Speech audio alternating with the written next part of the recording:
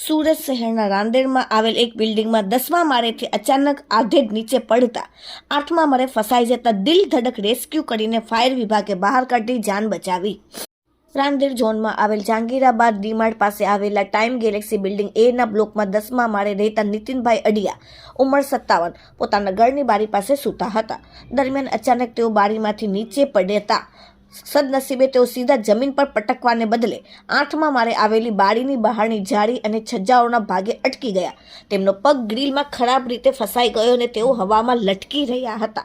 તાત્કાલિક fire control રૂમને call મળતા જ પરિસ્થિતિની ગંભીરતાને પારખીને 3 ફાયર સ્ટેશન જહાંગીરપુરા, પાલનપુર અને અડાજણની ટીમો ઘટના સ્થળે આવી પહોંચી હતી।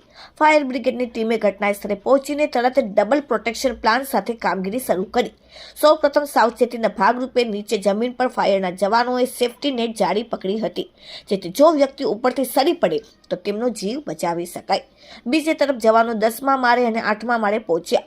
10મા માળેથી રોપ, દોરડું અને સેફ્ટી બેલ્ટ વડે નીતિનભાઈને સુરક્ષિત બાંધવામાં આવ્યા હતા। નીતિનભાઈનો પગ 8મા માળની ગ્રીલમાં ફસાયેલો હોવાથી ફાયર જવાનોએ હાઇડ્રોલિક કટર અને સાધનો વડે જાળી કાપીને તેમને મુક્ત કરવાની તજવીજ હાથ ધરી હતી।